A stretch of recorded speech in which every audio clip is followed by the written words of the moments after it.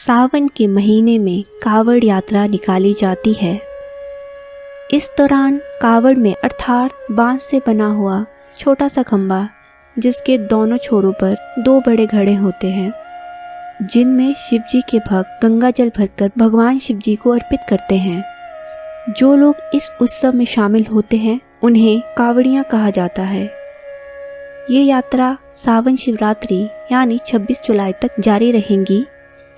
धार्मिक शास्त्रों के अनुसार भगवान शिव के ज्योतिर्लिंग पर गंगा जल का पवित्र जल अर्पित करने की परंपरा को कावड़ यात्रा कहते हैं।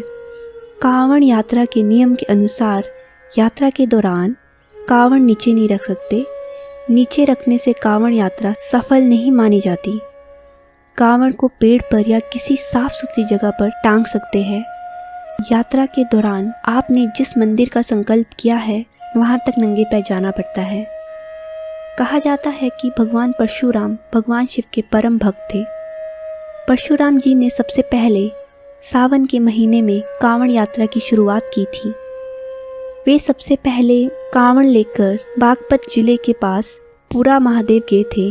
उन्होंने गढ़मुक्तेश्वर से गंगा का जल लेकर भोलेनाथ का जल अभिषेक किया था। इसी परंपरा को जारी रखते हुए भक्त गढ़मुक्तेश्वर से गंगा जल लाकर कावड़ यात्रा निकालते हैं। अब गढ़मुक्तेश्वर को ब्रज घाट के नाम से जाना जाता है। कावड़ यात्रा में केवल पुरुष ही नहीं बल्कि महिलाएं भी कंधे पर कावड़ लेकर भगवान के द्वार जाती है।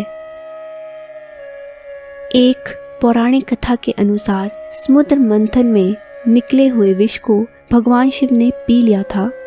विष का बुरा असर भगवान शिव पर पड़ने लगा। विष के प्रभाव को दूर करने के लिए शिव भक्त रावण ने तप किया। इसके बाद रावण कावड़ में जल भरकर लाए और पूरा महादेव में भगवान शिव जी का जल अभिषेक किया। इसके बाद भगवान शिव पर विष का प्रभाव खत्म हुआ। कहते हैं कि इसके बाद से ही कावड़ यात्रा शुरू हुई। कुछ लोगों का ये भी मानना है कि पहली बार श्रवण कुमार ने कावड़ यात्रा शुरू की। अपने दृष्टिहीन माता पिता को तीर्थ कराते समय उनके माता पिता ने उनसे हरिद्वार में गंगा स्नान करने की इच्छा के बारे में बताया।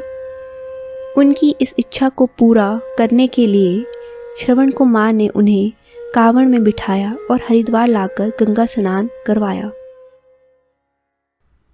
आनंद रामायण में इस बात का उल्लेख है कि भगवान श्री राम ने कावड़िया बनकर सुल्तान नगर से जल लिया और देवघर स्थित वैद्यनाथ ज्योतिर्लिंग का अभिषेक किया।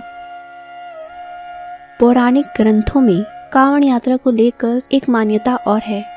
कहा जाता है कि जब राजा सागर के पुत्रों को तारने के लिए भागीरथ ने गंगा को पृथ्वी पर आने के लिए मनाया था, तो उनका वेग इतना तेज था कि धरती पर सब नष्ट हो जाता।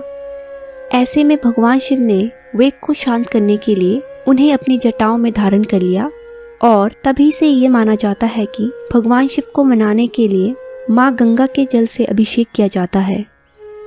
ये माना जाता है कि कावड़ यात्रा को पूरा करने से कावड़ियों को भगवान शिव से दिव्य आशीर्वाद की प्राप्ति होती है और उनकी सारी मनोकामनाएं पूरी होती है। ऐसी ही कहानियाँ सुनने के लिए चैनल को लाइक, सब्सक्राइब और शेयर करें।